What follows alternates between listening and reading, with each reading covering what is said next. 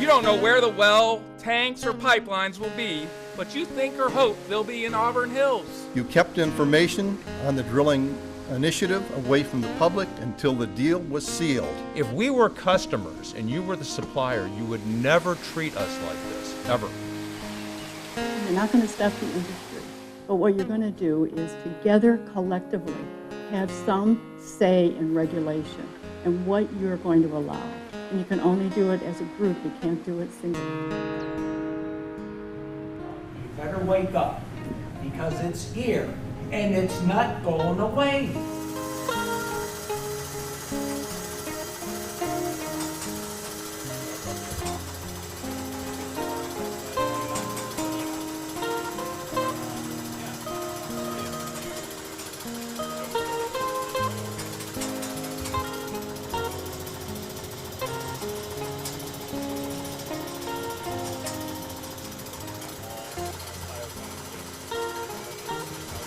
There is a new wave of exploration going on through the southeastern Michigan. You are maybe getting into some more urbanized areas because all of the stuff out in 160-acre fields has been found.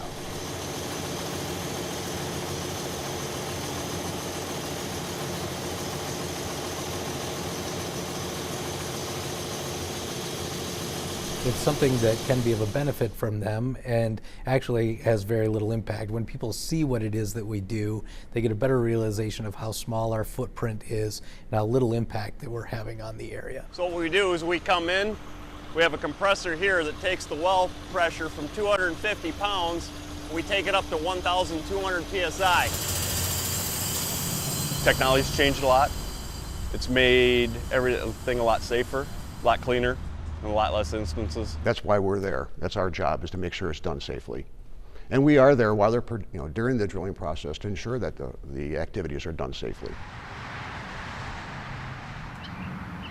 I am all for drilling in the right places. Of course, we appreciate those concerns, and that's why we've gone out and entered into these leasing agreements with individual landowners, because they're telling us then, yes, I do want this kind of activity. When you're out in the woods in the middle of nowhere, it has very little impact, and most of them we don't know what happened out there because it was never studied. But when you're doing it right in a neighborhood, it's going to have an impact on people, and we need to make sure if local governments can't control it, then at least we need extremely tight regulation of it. Obviously, secondary containment is 2.5 times the size of the tank capacity is what the DEQ requires.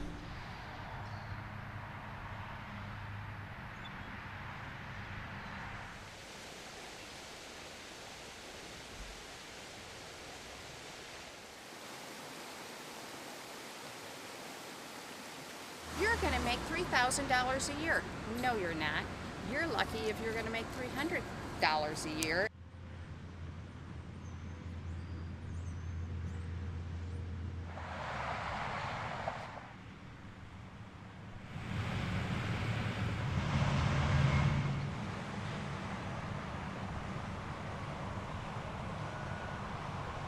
The last time was $72. Some other time should be 78, 85. No big deal. And they're not putting any derricks or anything in your backyard.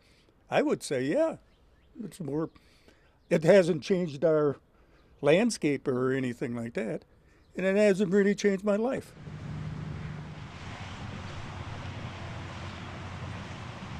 I don't think you have to worry because, I don't know, they go underground, they say. I'm not going to worry the house will fall down.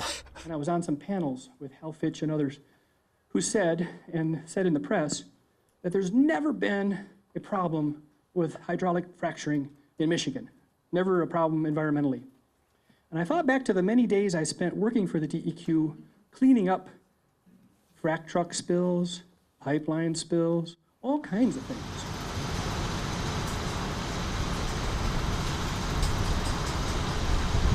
There's an assumption that every well that's drilled is hydraulically fractured. Fracked wells. The first well was fracked in Oklahoma. There is a no fracking clause fracking has been going on since the 50s. Fracking is very intrusive into the ground. That's a separate issue, and if people want to talk about hydraulic fracturing, I think the State Department of Environmental Quality has put out some good stuff about it.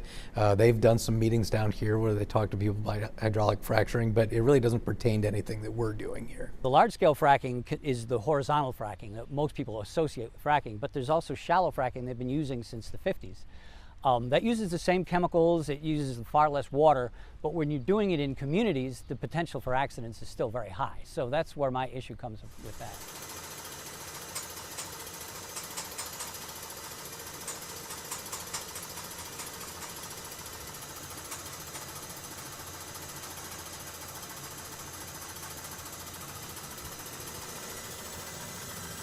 Their budget doubled last year, and they squirreled half of that away.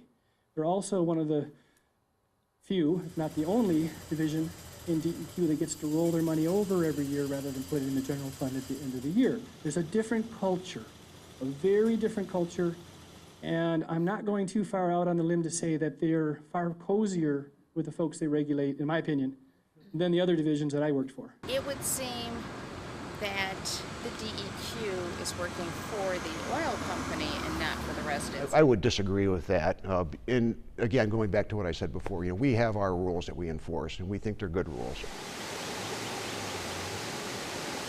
Are there areas where you tried to go to drill and not been allowed in? No, there are not.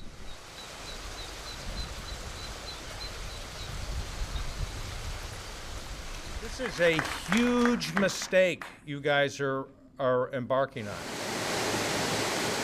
They're saying that you can have money and it doesn't cost you anything and you'll never suffer from it, and it's a free lunch.